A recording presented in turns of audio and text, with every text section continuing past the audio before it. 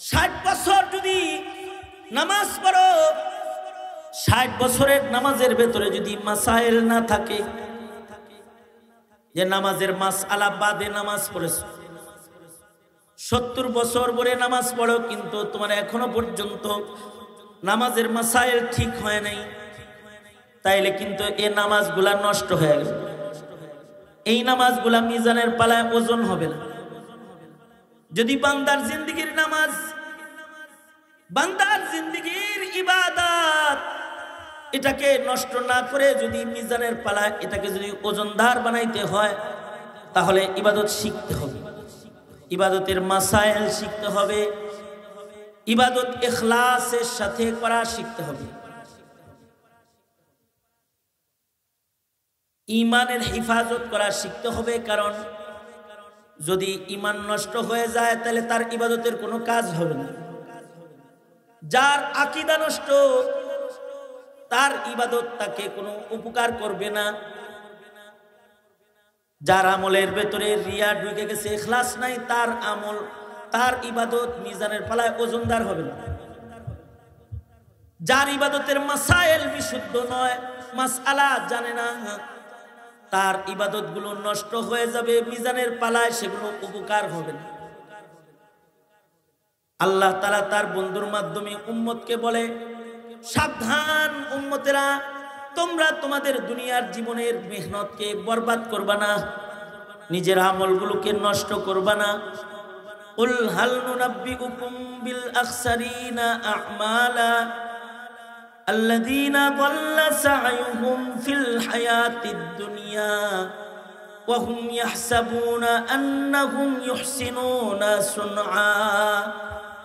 মনে মনে মন কলা খায় যে অনেক নেক আমল তার আছে, কিন্তু ঈমান ঠিক না থাকার কারণে নেক আমলের দাম নেই। মনে মনে হিসাব আছে, তার জীবনে ইবাদত অনেক, কিন্তু লিল্লাহিয়াত না থাকার কারণে, মুখলিস না হওয়ার কারণে, নিয়ত খারাপ হওয়ার কারণে তার অনেক ইবাদতের ভান্ডার তাকে জান্নাতের পথ দেখাবে না।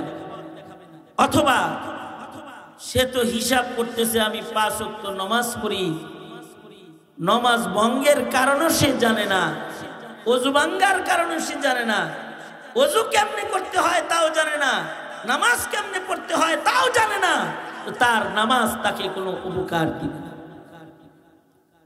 সঙ্গত কারণে নামাজ শিখার দরকার, সঙ্গত কারণে ইবাদতও শিখতে হয়, ইবাদত করার আগে ইবাদত শিখতে হয়। ইবাদত শিখবা কোন জায়গায়? ইবাদত শিখার জায়গা হলো দাওয়াত ও তাবলীগ। একটা চিল্লাও যদি কোনো যুবক লাগায় তাহলে তার 2 রাকাত নামাজ ঠিক হয়ে যাবে, তার আজান, তার ইকামত, তার কালিমা, তার আদিয়ে মাসুর, সুন্নত দোয়াগুলো ঠিক হয়ে যাবে, তাসবিহাতগুলো আদায় করার বিশুদ্ধ তরিকা তার ভেতরে এসে যাবে, কাইফিয়াতে সালাত, নামাজের উত্তম সুন্নতের গঠন তার ঠিক হয়ে যাবে, এমনকি নিয়ত, ইখলাস এটাও ঠিক হয়ে যাবে, মাসাইল জানবে, তো তার এই সব ঠিক হয়ে যাবে। যখন ঠিক হয়ে যাবে তখন তার অল্প আমল নাজাতের জন্য যথেষ্ট হয়ে যাবে। আর এগুলো যদি ঠিক না হয় তাইলে ইবাদত তো করবে অনেক, কিন্তু তার ইবাদত তাকে কোনো উপকার দিবে না। যেমন আমাদের শেখ হাসিনা, উনি প্রতি উপজেলায় একটা করে মডেল মসজিদ করছে, অনেক বড় নেকাম মসজিদ বানায়। তো যারা ইমানদার তারাই মসজিদ বানায়, ইমানদারেরাই মসজিদ বানায়। উনি মসজিদও বানাইছে অনেক, 70 রাকাত করে নফল নামাজ পড়ছে, 80 রাকাত 70 রাকাত, ইবাদতও অনেক, ডেইলি কোরআন তেলাওয়াত করছে। কিন্তু ইমানের সমস্যা, খাতির ইমানদারদের সাথে না, খাতির হলো মুশরিকের সাথে। যাদের দাবি করে ভাব ধরে ইমানদারের, কিন্তু খাতির রাখে ইহুদি নাসারার সাথে, তাদেরকেই বলা হয় মুনাফিক। তাদেরকে কি বলা হয়? মুনাফিক। ইমানদারের খাতির তো ইমানদারের লগে না হইবে। মসজিদে নববীতে ওই সকল ইমানদার যারা নবীর পিছনে নামাজ পড়ত, মসজিদে নববীতে ইবাদত করত, লম্বা পাগড়ি পরে ঘুরত, কিন্তু তাদের খাতির সাহাবীদের সাথে না। তাদের খাতির ছিল মদিনার ইহুদিদের সাথে, নাসারাদের সাথে, বেঈমানদের সাথে তাদের উঠা বসা, তাদের সম্পর্ক। নেক আমল অনেকের অনেক আছে, কিন্তু উঠা বসা হয়ে গেছে কাফেরের সাথে, উঠা বসা হয়ে গেছে নাস্তিক মুরতাদ বেঈমানের সাথে, ইমানদারের সাথে হলো দুঃসম্পর্ক। তার কর্মকাণ্ড এটা প্রমাণ করে তার ভিতরের ঈমান নষ্ট হয়ে গেছে। যদি কারোর ঈমান নষ্ট হয়ে যায়, কর্মকাণ্ডের কারণে যদি ঈমান নষ্ট হয়ে যায়, তখন তার নেকির কাজও তাকে কোনো উপকার করে না। এই ঈমানের এই সূক্ষ্ম বিষয় অথবা আমলের সূক্ষ্ম সূক্ষ্ম মাসাইল, এই সব বেশি সময় লাগবে না, মাত্র একটা চিল্লা 40টা দিন কেউ লাগাবে। তো তাবলীগের 6 উসুলের 1 নাম্বার হলো ঈমান। ঈমানের কথা শিখাবে, কালিমা শিখাবে, লা ইলাহা ইল্লাল্লাহর মর্ম বুঝাবে, লা ইলাহা ইল্লাল্লাহ কিভাবে রক্ষা করতে হয় এটা বুঝাবে, মুহাম্মাদুর রাসূলুল্লাহ কিভাবে হেফাজত করতে হয়, কিভাবে নবীর উপরে ঈমান রাখতে হয়, এগুলো শিখাবে। তাকে নিয়ত শিখাবে, তাকে ইলম শিখাবে, তাকে জিকির শিখাবে, তাকে নামাজ শিখাবে, তাকে কোরআনে কারীমের তিলাওয়াত শিখাবে। বিশুদ্ধ করে কিছু সূরা মাত্র 40 দিনে তাকে ঠিক করে দিবে। এই বিশ্বব্যাপী দাওয়াত ও তাবলীগের এই মিশন, এই মিশনটা হলো যারা ছোটবেলায় মক্তবে পড়েও তাদের ঈমান, তাদের আমলকে সহি করে নাই, বিশুদ্ধ করে নাই, ঠিক করে নাই, তাদের আমলগুলো ঠিক করার মিশন হলো দাওয়াত। সুতরাং দাওয়াত ও তাবলীগের মেহনতের সাথে আমাদের সকলের সম্পর্ক রাখতে হবে, ঠিক কিনা? কারা কারা চিল্লা লাগাইবা? নিয়ত করো, নিয়ত করো, ইনশাআল্লাহ চিল্লা হবে তো, ইনশাআল্লাহ সাপ্তাহিক আমল হবে। কাদের সাথে? উলামাদের সাথে। কাদের সাথে? জোরে বলো। কারণ উলামাদের সাথে যদি না করো তাহলে মাসালা চিন্তা না, বেজাল লাগাই দিবা। কারণ ইলম ছাড়া মাসাইল বিশুদ্ধ করা সম্ভব। আমি আপনাদের সামনে সূরাতুল কাহফের 103, 104 নম্বর আয়াত তেলাওয়াত করেছি, পাশাপাশি নবীজির হাদিস আপনাদের সামনে পেশ করেছি। এইগুলোকে সামনে করে কিছু কথা আপনাদের সামনে বলবার ইরাদা রাখি। আল্লাহ তাআলা কিছু উপকারী কথা আপনাদের কানে পৌঁছানোর তৌফিক দান করুন। আপনারা জবান খুলে দোয়া করে আওয়াজ করে বলুন আমিন। মুহতারাম হাজিরিন, কোরআনে কারীমের একটি গুরুত্বপূর্ণ সূরা সূরাতুল কাহফ। সূরা কাহফ এটা সুন্নত আমল। সূরা কাহফ ইয়াউমুল জুমআতে তিলাওয়াত করা সুন্নাত। কেউ যদি ইয়াউমুল জুমআতে সূরা কাহফ তিলাওয়াত করে তাহলে নবী পাক খুশখবরি দিয়েছেন, সুসংবাদ। যারা সূরা কাহফ তিলাওয়াত করবে আল্লাহ তাআলা তাদেরকে দাজ্জালের ফিতনাত থেকে হেফাজত করবে। আমার এই কথাটা শুনেন নাই মনে হয়? তো শুনছেন তাই ব্যাবলার মতো সুবহানাল্লাহ কইছেন কি মিয়া? দাদারে আদা করে দেন, শুনেন নাই ভালো করে, অন্যমনস্ক ছিলেন। আবার শোনেন বলি, যারা শুক্রবারে সূরা কাহফ করবে তাদেরকে আল্লাহ তাআলা দাজ্জালের ফিতনাত থেকেও হেফাজত করবেন। এখন ভালো হইল কে? এখন যে কারণে ভালো হয়েছে সামনের গুলোও যেন ওই কারণ থাকে। দাজ্জালের ফিতনাত থেকে বাঁচার দরকার আছে না নাই? বলবেন দাজ্জাল কি আয়া পড়ছে? দাজ্জাল তো আইব কিয়ামতের আগে। দাজ্জালের ফিতনা যেহেতু ভয়ঙ্কর ফিতনা, এটার জন্য আল্লাহর রাসূল সাল্লাল্লাহু আলাইহি ওয়াসাল্লাম আরো ১৫০০ বছর আগে আল্লাহর রাসূল দোয়া করতেন, নিয়মিত দোয়া করতেন। নবীজি দোয়া করতেন, আয় আল্লাহ, আমি আপনার কাছে দাজ্জালের ফিতনাত থেকে পানাহ চাই। নবীজি এই দোয়া করেছেন এবং উম্মতকে নবীজি দোয়া শিক্ষা দিয়েছেন যে ফিতনায়ে দাজ্জাল থেকে আল্লাহর কাছে পানাহ চাও। কারণ দাজ্জাল ভয়ঙ্কর ফিতনা, দাজ্জাল অনেক ভয়ঙ্কর ফিতনা। এক হাতে থাকবে জান্নাত, আর এক হাতে থাকবে দোজখ।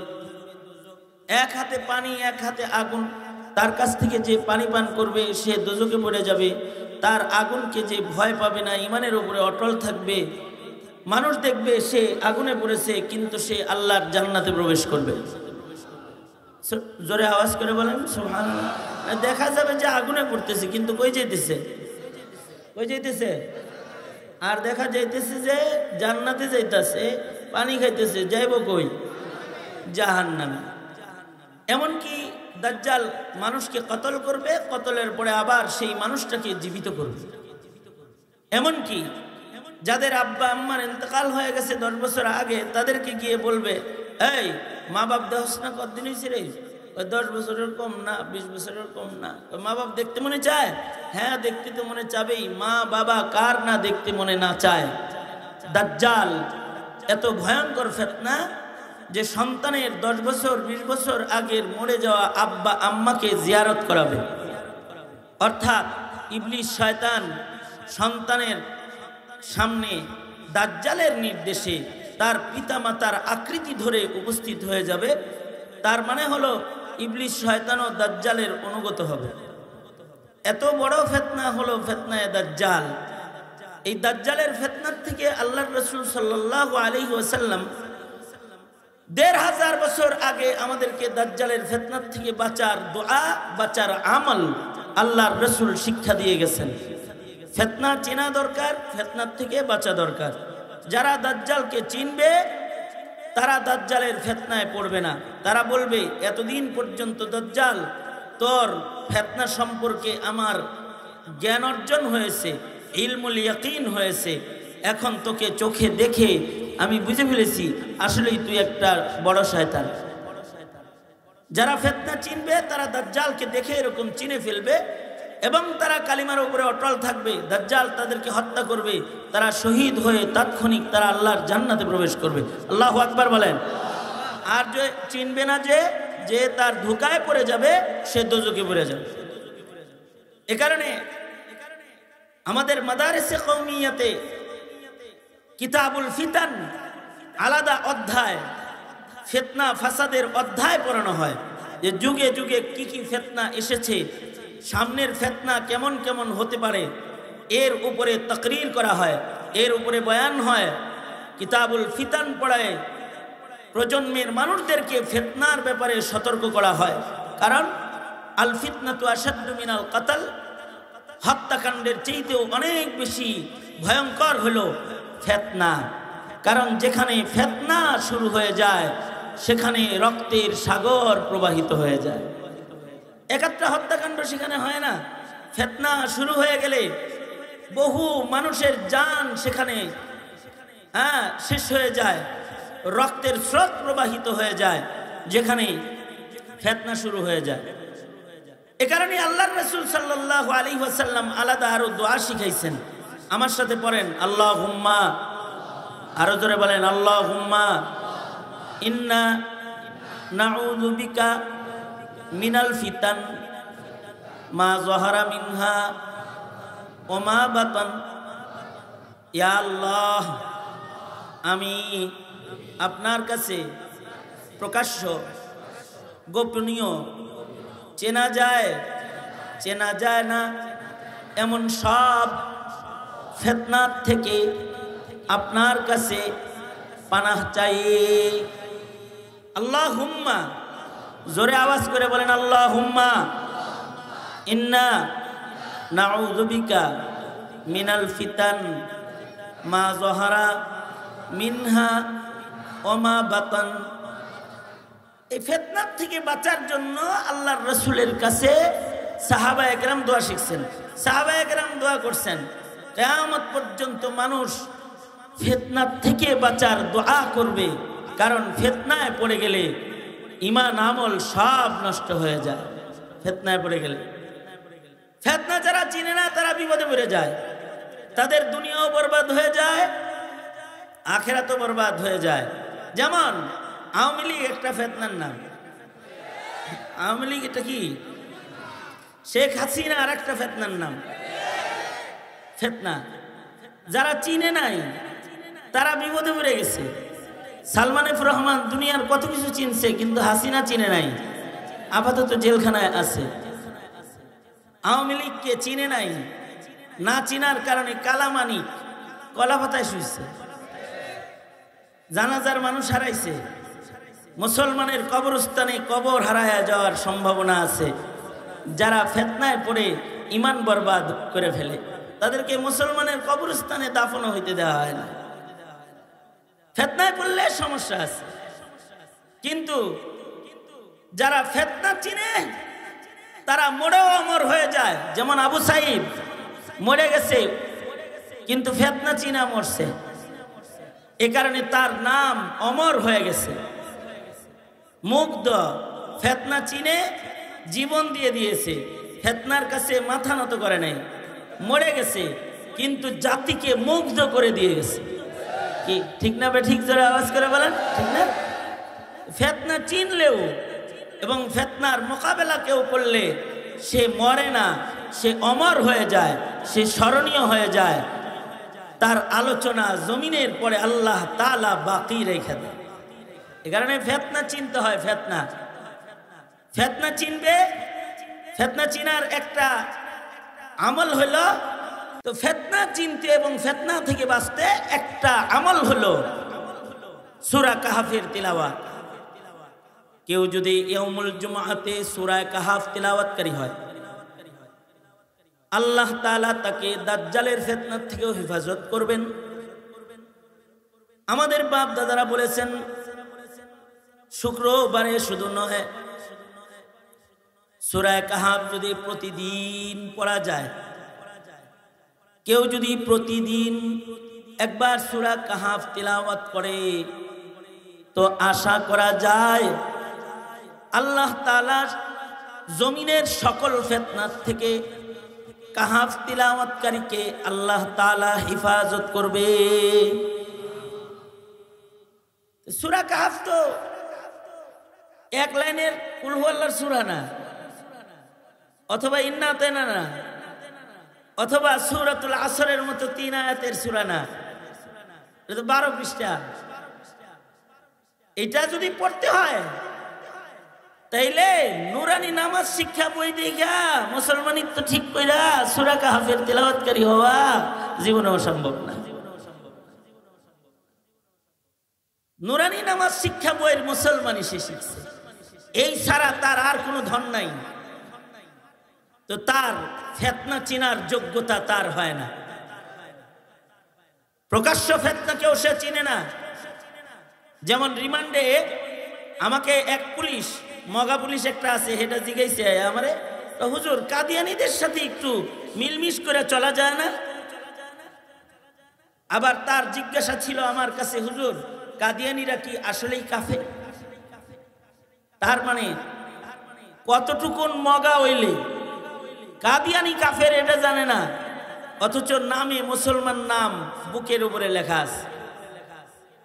প্রকাশ্য ফিতনাও সে চিনে না। বহু এমপি মন্ত্রী আছে নাস্তিক্যবাদ ফিতনাকে তারা চিনে না। আরে খোদ শেখ হাসিনা যদি নাস্তিক্যবাদকে চিনত, তাহলে নাস্তিকদেরকে এমপি বানায়, আলেমদেরকে জেলখানার ভেতরে আটকায় এমন অত্যাচার করার মতো হিম্মত সে করত না। সে নিজেও ইনুরে চিনে না, শাহরিয়ার রে চিনে না, মুরগিসর রে চিনে না। ফিতনা ফাত্তান যারা, তাদেরকে চিনে না। ফিতনা চিনার জন্য ইলম লাগে। কি লাগে? ইলম লাগে। এ কারণেই তলাবুল ইলমি ফরিদাতুন আলা কুল্লি মুসলিম, সকল মুসলমানের উপরে অতটুকুন ইলম শিক্ষা করা ফরজ, যা দিয়ে ফিতনা চিনা যায়, ঈমান বাঁচানো যায়, আমল বাঁচানো যায়। ঠিক না বে ঠিক ধরে বলেন? অতটুকুন ইলম সবাই শিখা কি ফরজে আইন, অতটুকুন শিখতেই হবে। আর যদি অতটুকুনের পাশাপাশি আর একটু বেশি ইলম শিখে যে সূরা কাহফ পড়তে পারে, সকাল বেলায় সূরা ইয়াসিন পড়তে পারে, সন্ধ্যা বেলায় সূরা ওয়াকিআ তিলাওয়াত করতে পারে, ঘুমের আগে সূরা মুলক পড়তে পারে, শেষ রাত্রিতে সূরা রহমান, সূরাতুর রহমান পড়তে পারে, মাঝে মাঝে নামাজে দাঁড়ায় লম্বা কেরাত পড়তে পারে। যদি এতটুকুন তিলাওয়াতকারী কেউ হয়ে যায় তাহলে তাকে তো আল্লাহ তাআলা দাজ্জালের ফিতনা থেকে হেফাজত করবে। হাসিনারে বহু সচিব চিনে নাই, বহু শিক্ষিত চিনে নাই, বহু সরকারি বড় পদে বসা অফিসার চিনে নাই, কিন্তু যারা সূরা কাহাফ পড়ে তারা চিনছে, আলেমরা চিনছে, তলবে ইলমরা চিনছে। তারা রক্ত দিয়েছে কিন্তু হাসিনার পক্ষ নেয় নাই। শাপলা চত্বরে পাখির মতো গুলি করে তাদের মারছে, কিন্তু তারা মাথা নত করে নাই। মোদি বিরোধী আন্দোলনে তাদেরকে রাস্তায় শহীদ করেছে। জেল জুলুম অত্যাচার যা করা মানে কল্পনায় আসে না, তার চেয়ে তো বেশি অত্যাচার করেছে, কিন্তু এই আলেমরা মাথা নত করে না। কারণ এটা যে ফিতনা, এটা যে দিল্লি, এটা ঢাকা না, এটা চিনছে। হ্যাঁ, আলেমদের সান্নিধ্যে মুক্তিযোদ্ধার সন্তানদের একটা গ্রুপও চিনছে। তারা চিনা লাইছে যে 80 ঢাকায়, কিন্তু ঢাকায়ও দিল্লি বইয়া রয়েছে। একটা ফিতনার কারণে তখন স্লোগান তুলেছে, দিল্লি না ঢাকা। এটা কি দিল্লি না ঢাকা? এই জোরে বলো না কেন, কি এটা? হ্যাঁ, ঢাকা। কিন্তু কিছু কিছু আছে এরা ঢাকাকে মনে করতো যে এটা দিল্লি। ঠিক একজনে বললি কেন, ঢাকারে তারা দিল্লি মনে করত। কিন্তু যারা ফিতনা চিনে তারা বলেছে এক সাগর রক্তের বিনিময়েও ঢাকাকে দিল্লি হতে দেব না, দিল্লিওয়ালাকে ঢাকায় থাকতে দেব না। তারা শপথ করেছে। তারা যখন শপথ করেছে তখন কিন্তু দুলহান বনে চলে গেছে, কিন্তু দিল্লির লোক দিল্লিতে চলে গেছে, কোথাও জায়গা পায় নাই, দিল্লিতে জায়গা হয়ে গেছে। এই যে ফিতনা, এই ফিতনা চিনতে হয়। যারা ফিতনা চিনে তারা ফিতনা থেকে বাঁচতে পারে, আর যারা ফিতনাকে চিনে না তারা ফিতনায় পড়ে যায়। ফিতনার থেকে বাঁচার একটা গুরুত্বপূর্ণ আমল হলো সূরা কাহাফের তিলাওয়াত। সুতরাং নিজের সন্তানদেরকে এই পরিমাণ কোরআনে কারীম তালিম প্রদান করা অভিভাবকদের দায়িত্ব, যাতে করে প্রত্যেকটা সন্তান ফিতনার জমানায় সূরা কাহাফ পড়তে পারে এবং তারা ফিতনার থেকে বাঁচতে পারে। আমরা যতটা কোরআনের শিক্ষা সম্পর্কে গাফেল, 16টা বছর হয়ে গেছে আমাদের মক্তবগুলা বন্ধ হয়ে গেছে। কেজি স্কুল চালু হয়েছে, কিন্ডারগার্টেন চালু হয়েছে, আমাদের সন্তানরা সূরা কাহাফ দূরের কথা কালেমাও যে পারে না তাও আমরা বুঝি না। আমরা ভাবি না তারা যে সূরা ফাতিহাও পারে না, তারা তাশাহুদ পারে না, দোয়া মাসুরা পারে না, দুরূদ শরীফ পারে না, কখনো এটা আমাদের ভাবনায় আসে না। এমন মুসলিম অভিভাবকত্ব কিন্তু অকল্যাণের। এমন অভিভাবক যারা হয় তাদের খানদান নষ্ট হয়ে যায়, তাদের খানদানের মধ্যে তখন মুসলিম তালাশ করে পাওয়া যায় না। খানদানের ভিতরে নাস্তিকতার ছড়াছড়ি আসে, কাদিয়ানি ঢুকে যায় খানদানে, খানদানের ভেতরে ইহুদ নাসারার অনুসারী ঢুকে যায়, মুসলিম পাওয়া মুশকিল। এখন নিজের খানদানকে বাঁচাইতে, নিজের প্রজন্মকে ফিতনা চিনাইতে কোরআন পড়াইতে হবে। কি পড়াইতে হবে? জোরে আওয়াজ করে বলেন, সবাই মিলে আওয়াজ করে বলেন, কি পড়াইতে হবে? কোরআন। কতটুকুন পড়াইতে হবে? যতটুকুন পড়লে সূরা কাহাফও সে তিলাওয়াত করতে পারে। এটা করবেন কারা কারা? ছেলেদেরকে এতটুকুন কোরআন মজিদ পড়াইবেন যেন সূরা কাহাফ পড়তে পারে ভালো করে প্রতি শুক্র। ভালো করে ওয়াদা কর। নওজোয়ানরা বেশি, বিয়ে করস নাই অনেকেই, ঠিক না? কারা কারা বিয়ে করস নাই হাত তল। বিয়ে সারা কারা কারা হাত তল। বিয়ে করস নাই কে কে? তারা হাত তোলে। 72। এই সব বিয়ে ছাড়া। আল্লাহ এদের ভালো নেকা টুকটুকা একটা বউ দিও, দোয়া করে দিলাম। ঠিক আছে? হ্যাঁ, এটা আওয়াজ আমিন জোরে পেয়েছে না? আবার দোয়া করি, আল্লাহ তোমাদের যেন খালি দেখতে টসটসে সুন্দরী বউ না, নেককার, পরহেজগার, দিনদার, ইমানদার, আবেদা, সালেহা, কানেতা, জাহেদা বিবি আল্লাহ যেন তুমি করে দান করে। এই ফ্রি ঠিক হয় নাই? ঠিক হয়েছে? ফ্রি দিয়ে দিলাম যে তোয়াটা খাওয়াইছিস বেটা, মোল্লার কাছ থেকে তোয়া নিতে গেলেই তো হয় না? খাওয়াবি কবে? বিয়ের দিন।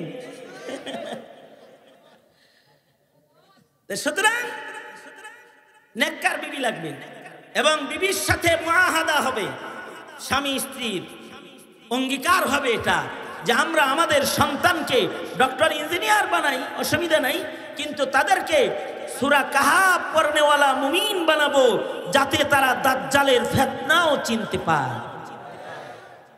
কে ঠিক না? এই অঙ্গীকার করাইবা। যারা বিয়ে করছেন তারা হাত তুলতে করতেছি না,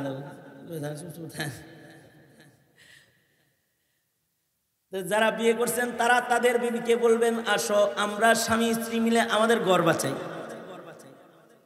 আমাদের সন্তানকে কোরআন পড়নেওয়ালা বানাই, সূরা কাহাফ পড়নেওয়ালা বানাই, সূরা ইয়াসিন পড়নেওয়ালা বানাই। যদি বিশুদ্ধ কোরআনে কারীম তিলাওয়াত যদি সন্তান জানে, এই সন্তানগুলা ফিতনা মুক্ত থাকবে, এই সন্তানগুলা ঈমান চিনবে, ইসলাম চিনবে, দ্বীন চিনবে। মনে করো কি বাংলাদেশে বুঝি দ্বীন চিনা, ইসলাম চিনা, তাওহীদ চিনা, হক হক্কানিয়াত চিনা, স্বাধীনতার পক্ষের শক্তি বিপক্ষের শক্তি চিনার মানুষ নাই? এই কথা বলে না কেন? নাই নাই নাই নাই আছে যে, এটা তো 5 তারিখে টের পাওয়া গেছে। 5 তারিখ যেদিন বুবু না খেয়ে মন খারাপ করে উড়াল দিয়ে চলে গেল, ওই সময় টের পাওয়া গেছে যে ঈমান চিনার লোক বাংলাদেশে কি পরিমাণ আছে। আরো আশ্চর্য বিষয়, খুশি হয় এবং আগামীর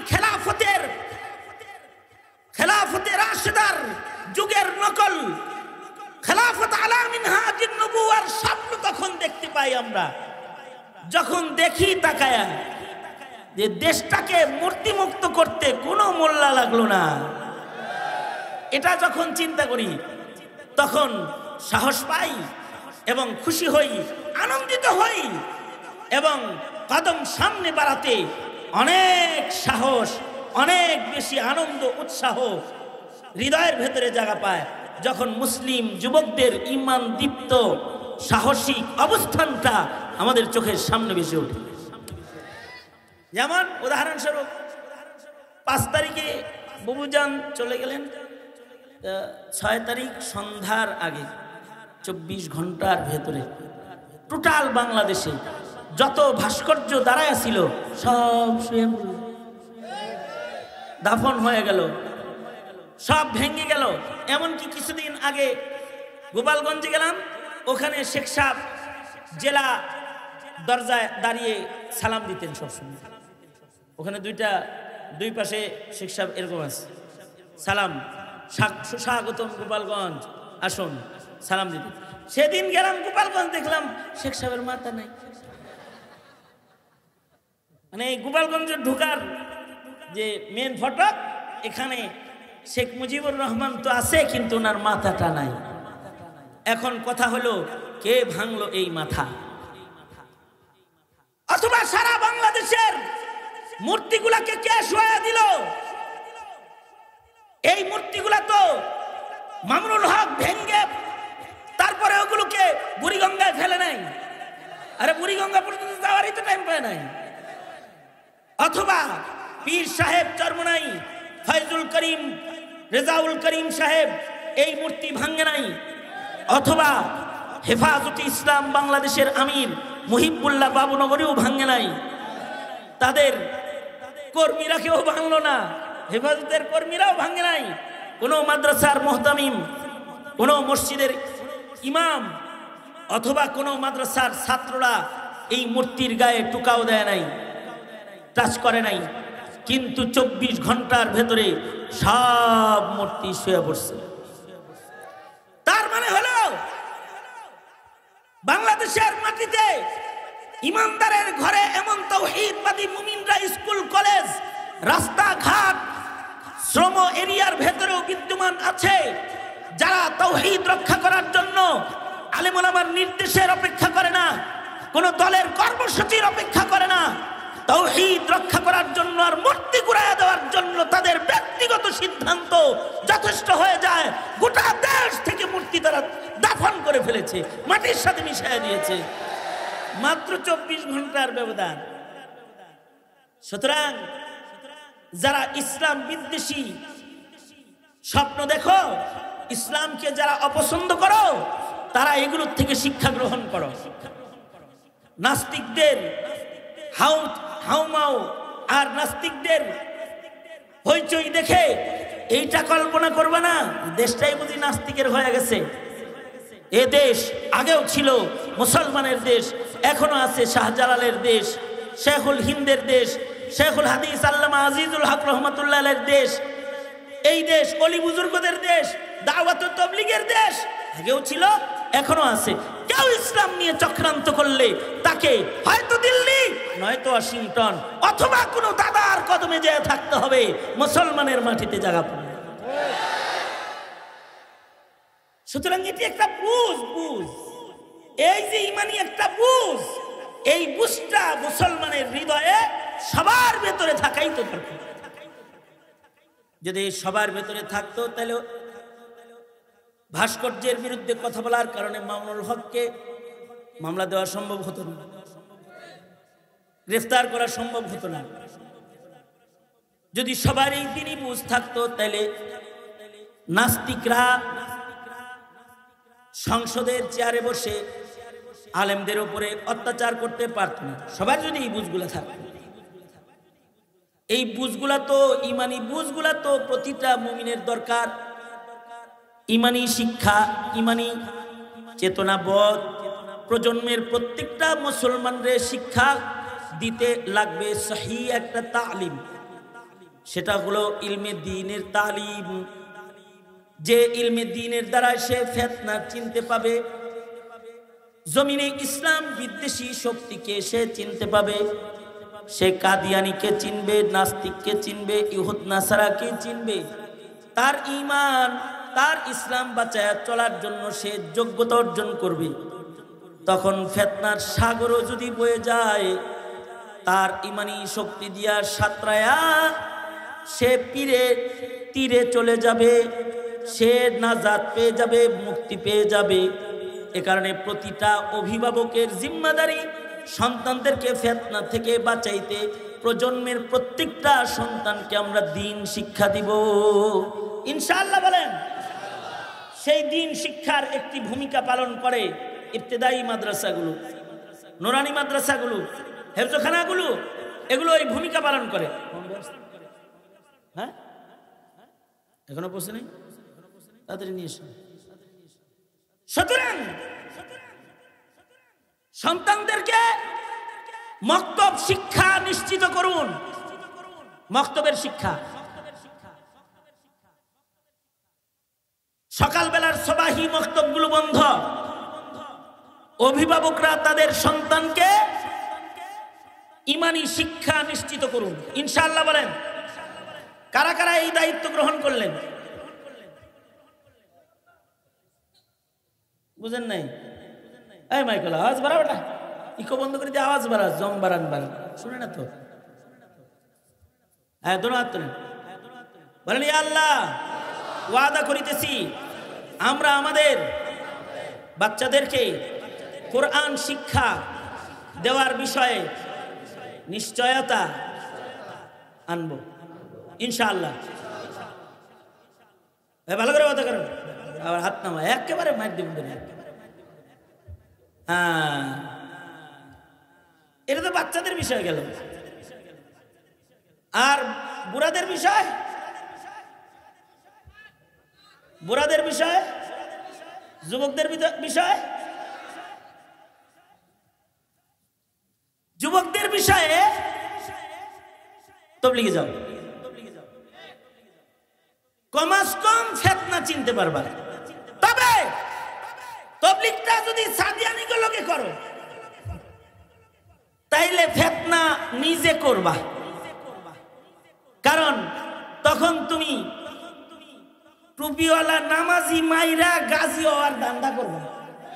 বেটা কাদিয়ানি হয়ে যাস না, এদেশে ইসলামের দুশ্মন চোখে দেখাস না। আলেম ওলামা যারা ইসলামের জন্য জেল জুলুম অত্যাচার সয়ে যায়, তারা যেই দাওয়াত তবলিগের পক্ষে কথা কয়, তোরা সেই দাওয়াত তবলিগের বিপক্ষে অবস্থান গ্রহণ করে হেলমেট বাহিনীতে পরিণত হয়ে তোরা ইজতিমায় ঢুকে লাশ ফেলে দিস। তোরা কি মনে করেছ ফিতনা চিনিস? সুতরাং তাবলীগ করতে যায় আবার আওয়ামী লীগ হয়ে যাওয়া যাবে না। যেই তাবলীগ মারামারি করে সেই তাবলীগ কিন্তু আওয়ামী লীগ। তাবলীগ তো করবা, কিন্তু তাবলীগটা আলেমদের নিগরানিতে করবা। যদি উলামায়ে দ্বীনদের নিগরানিতে তবলীগের কাজটাও যুবকরা করতে পারো, তাহলে ঈমান চিনবা, ইসলাম চিনবা। ন্যূনতম জরুরি মাসাইল একটা চিল্লা দিলে ঠিক হবে। 2 রাকাত নামাজ পড়ার আদত, সুন্দরভাবে নামাজের মাসাইলগুলো হক আদায় করে পড়ার আদত হবে। তখন আমলগুলা ওজনদার হবে, আমলগুলা নষ্ট হবে না। 60 বছর যদি নামাজ পড়ো, 60 বছরের নামাজের ভেতরে যদি মাসাইল না থাকে, যে নামাজের মাসআলা বাদে নামাজ পড়েছো, 70 বছর পরে নামাজ পড়ো, কিন্তু তোমার এখনো পর্যন্ত নামাজের মাসাইল ঠিক হয় নাই, তাইলে কিন্তু এই নামাজগুলা নষ্ট হয়ে গেল। এই নামাজগুলা মিজানের পালায় ওজন হবে না। যদি বান্দার জিন্দেগীর নামাজ, বান্দার জিন্দেগীর ইবাদত, এটাকে নষ্ট না করে যদি মিজানের পালায় এটাকে যদি ওজনদার বানাইতে হয়, তাহলে ইবাদত শিখতে হবে, ইবাদতের মাসাইল শিখতে হবে, ইবাদত ইখলাসের সাথে করা শিখতে হবে, ঈমানের হিফাজত করা শিখতে হবে। কারণ যদি ঈমান নষ্ট হয়ে যায় তাহলে তার ইবাদতের কোনো কাজ হবে না। যার আকীদা নষ্ট, তার ইবাদত তাকে কোনো উপকার করবে না। যার আমলের ভেতরে রিয়া ঢুকে গেছে, ইখলাস নাই, তার আমল, তার ইবাদত মিজানের পালায় ওজনদার হবে না। যার ইবাদতের মাসাইল বিশুদ্ধ নয়, মাসআলা জানে না, তার ইবাদতগুলো নষ্ট হয়ে যাবে, মিজানের পালায় সেগুলো উপকার হবে না। আল্লাহ তাআলা তার বন্ধুর মাধ্যমে উম্মতকে বলে, সাবধান উম্মতেরা, তোমরা তোমাদের দুনিয়ার জীবনের মেহনতকে বরবাদ করবা না, নিজের আমলগুলোকে নষ্ট করবা না। কুল হাল নুনাব্বিউকুম বিল আখসারিনা আ'মালা আল্লাযীনা দাল্লা সা'য়ুহুম ফিল হায়াতিদ দুনিয়া ওয়া হুম ইয়াহসাবুনা আন্নাহুম ইউহসিনুনা সুনআ। মনে মনে মন কলা খায় যে অনেক নেক আমল তার আছে, কিন্তু ঈমান ঠিক না থাকার কারণে নেক আমলের দাম নেই। মনে মনে হিসাব আছে তার জীবনে ইবাদত অনেক, কিন্তু লিল্লাহিয়াত না থাকার কারণে, মুখলিস না হওয়ার কারণে, নিয়ত খারাপ হওয়ার কারণে তার অনেক ইবাদতের ভান্ডার তাকে জান্নাতের পথ দেখাবে না। অথবা সে তো হিসাব করতেছে আমি 5 ওয়াক্ত নামাজ পড়ি, নামাজ ভঙ্গের কারণও সে জানে না, ওযু ভাঙ্গার কারণে সে জানে না, ওযু কেমনে করতে হয় তাও জানে না, নামাজ কেমনে পড়তে হয় তাও জানে না, তো তার নামাজ তাকে কোনো উপকার দিবে না। সঙ্গত কারণে নামাজ শিখার দরকার, সঙ্গত কারণে ইবাদতও শিখতে হয়, ইবাদত করার আগে ইবাদত শিখতে হয়। ইবাদত শিখবা কোন জায়গায়? ইবাদত শিখার জায়গা হলো দাওয়াত ও তাবলীগ। একটা চিল্লাও যদি কোনো যুবক লাগায় তাহলে তার 2 রাকাত নামাজ ঠিক হয়ে যাবে, তার আজান, তার ইকামত, তার কালিমা, তার আদিয়ে মাসুর, সুন্নত দোয়াগুলো ঠিক হয়ে যাবে। তাসবিহাতগুলো আদায় করার বিশুদ্ধ তরিকা তার ভেতরে এসে যাবে। কাইফিয়াতে সালাত, নামাজের উত্তম সুন্নতের গঠন তার ঠিক হয়ে যাবে। এমনকি নিয়ত, ইখলাস এটাও ঠিক হয়ে যাবে। মাসাইল জানবে, তো তার এই সব ঠিক হয়ে যাবে। যখন ঠিক হয়ে যাবে তখন তার অল্প আমল নাজাতের জন্য যথেষ্ট হয়ে যাবে। আর এগুলো যদি ঠিক না হয় তাইলে ইবাদত তো করবে অনেক, কিন্তু তার ইবাদত তাকে কোনো উপকার দিবে না। যেমন আমাদের শেখ হাসিনা, উনি প্রতি উপজেলায় একটা করে মডেল মসজিদ করছে, অনেক বড় নেকাম মসজিদ বানায়। তো যারা ইমানদার তারাই মসজিদ বানায়, ইমানদারেরাই মসজিদ বানায়। উনি মসজিদও বানাইছে অনেক, 70 রাকাত করে নফল নামাজ পড়ছে, 80 রাকাত 70 রাকাত, ইবাদত অনেক, ডেইলি কোরআন তেলাওয়াত করছে। কিন্তু ইমানে সমস্যা, খাতির ইমানদারদের সাথে না, খাতির হলো মুশরিকের সাথে। যাদের দাবি করে ভাব ধরে ইমানদারের, কিন্তু খাতির রাখে ইহুদি নাসারার সাথে, তাদেরকেই বলা হয় মুনাফিক। তাদেরকে কি বলা হয়? মুনাফিক। ইমানদারের খাতির তো ইমানদারের লগে না হইব। মসজিদে নববীতে ওই সকল ইমানদার যারা নবীর পিছনে নামাজ পড়ত, মসজিদে নববীতে ইবাদত করত, লম্বা পাগড়ি পরে ঘুরত, কিন্তু তাদের খাতির সাহাবীদের সাথে না। তাদের খাতির ছিল মদিনার ইহুদিদের সাথে, নাসারাদের সাথে, বেঈমানদের সাথে তাদের উঠা বসা, তাদের সম্পর্ক। নেক আমল অনেকের অনেক আছে, কিন্তু উঠা বসা হয়ে গেছে কাফেরের সাথে, উঠা বসা হয়ে গেছে নাস্তিক মুরতাদ বেঈমানের সাথে। ইমানদারের সাথে হলো দুঃসম্পর্ক। তার কর্মকাণ্ড এটা প্রমাণ করে তার ভিতরের ঈমান নষ্ট হয়ে গেছে। যদি কারোর ঈমান নষ্ট হয়ে যায়, কর্মকাণ্ডের কারণে যদি ঈমান নষ্ট হয়ে যায়, তখন তার নেকির কাজও তাকে কোনো উপকার করে না। এই ঈমানের এই সূক্ষ্ম বিষয় অথবা আমলের সূক্ষ্ম সূক্ষ্ম মাসাইল, এই সব বেশি সময় লাগবে না। মাত্র একটা চিল্লা 40টা দিন কেউ লাগাবে। তো তাবলীগের 6 উসুলের 1 নাম্বার হলো ঈমান। ঈমানের কথা শিখাবে, কালিমা শিখাবে, লা ইলাহা ইল্লাল্লাহর মর্ম বুঝাবে, লা ইলাহা ইল্লাল্লাহ কিভাবে রক্ষা করতে হয় এটা বুঝাবে, মুহাম্মাদুর রাসূলুল্লাহ কিভাবে হেফাজত করতে হয়, কিভাবে নবীর উপরে ঈমান রাখতে হয়, এগুলো শিখাবে। তাকে নিয়ত শিখাবে, তাকে ইলম শিখাবে, তাকে জিকির শিখাবে, তাকে নামাজ শিখাবে, তাকে কোরআনে কারীমের তিলাওয়াত শিখাবে। বিশুদ্ধ করে কিছু সূরা মাত্র 40 দিনে তাকে ঠিক করে দিবে। এই বিশ্বব্যাপী দাওয়াত ও তাবলীগের এই মিশন, এই মিশনটা হলো যারা ছোটবেলায় মক্তবে পড়েও তাদের ঈমান, তাদের আমলকে সহি করে নাই, বিশুদ্ধ করে নাই, ঠিক করে নাই, তাদের আমলগুলো ঠিক করার মিশন হলো দাওয়াত। সুতরাং দাওয়াত ও তাবলীগের মেহনতের সাথে আমাদের সকলের সম্পর্ক রাখতে হবে, ঠিক কিনা? কারা কারা চিল্লা লাগাইবা? নিয়ত করো, নিয়ত করো, ইনশাআল্লাহ চিল্লা হবে তো ইনশাআল্লাহ। সাপ্তাহিক আমল হবে কাদের সাথে? উলামাদের সাথে। কাদের সাথে? জোরে বলো। কারণ উলামাদের সাথে যদি না করো তাহলে মাসালা চিন্তা না, বেজাল লাগাই দিবা। কারণ ইলম ছাড়া মাসাইল বিশুদ্ধ করা সম্ভব। সুতরাং আলেম ওলামা যেখানে, আলেম ওলামা নাই যেখানে, মনে থাকবো তো, আলেম ওলামা যেখানে আমরা আছি সেখানে, আলেম নাই যেখানে।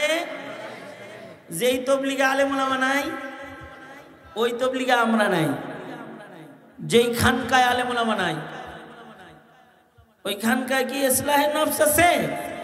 না পাপাচার ঢুকা যায়, গান বাদ্য এগুলো ঢুকা যায়।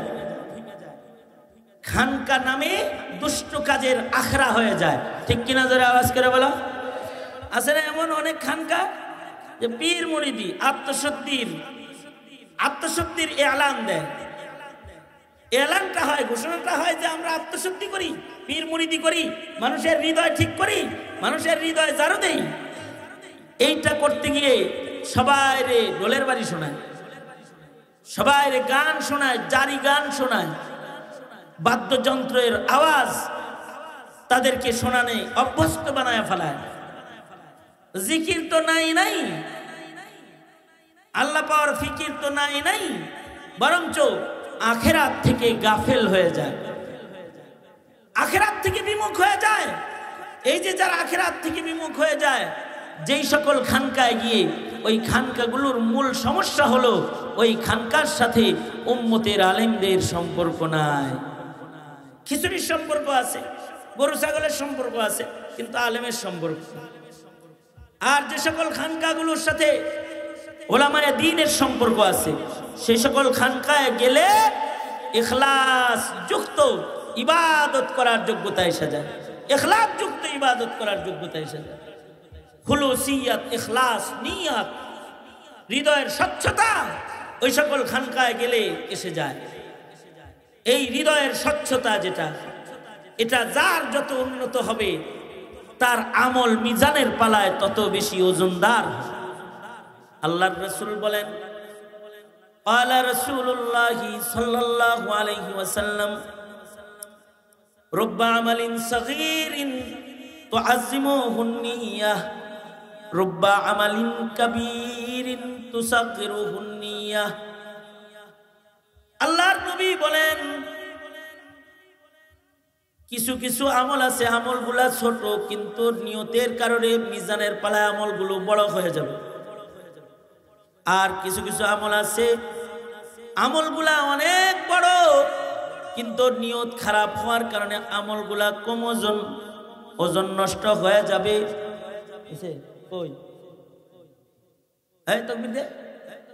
কি পাইপের ভিতরে ঢুকছে না মাহফিলের ভিতরে ঢুকছে? কেবল পাইপের ভিতরে ঢুকছে। আচ্ছা, কিছু কিছু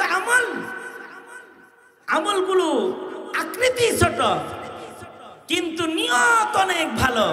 নিয়তের কারণে অল্প আমল নাজাতের জন্য যথেষ্ট হয়।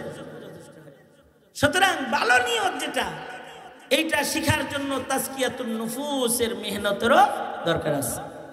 জমিনে ইলম রক্ষার জন্য মাদ্রাসা দরকার। ইলম রক্ষার জন্য কি দরকার? মাদ্রাসা দরকার, উলামায়ে কেরাম দরকার। আর জমিনের মানুষের আমল রক্ষা করার জন্য দাওয়াত ও তাবলীগ দরকার। জমিনের মানুষের আমলের ওজনকে বৃদ্ধি করার জন্য তাজকিয়াতুন নুফুস, খানকার আমল দরকার, খানকা দরকার। তবে শর্ত, এই খানকা এ তাবলীগ এই সব উলামায়ে কেরামের নিগরানিতে যখন চলবে, তখন এটা উম্মতের জন্য উপকার। যখনই উলামায়ে কেরামের নিগরানি শূন্য হয়ে যাবে, তখন এটার ভেতরে ফিতনা ঢুকে যাবে। ফিতনা চিনা কিন্তু এত সহজ কাজ না।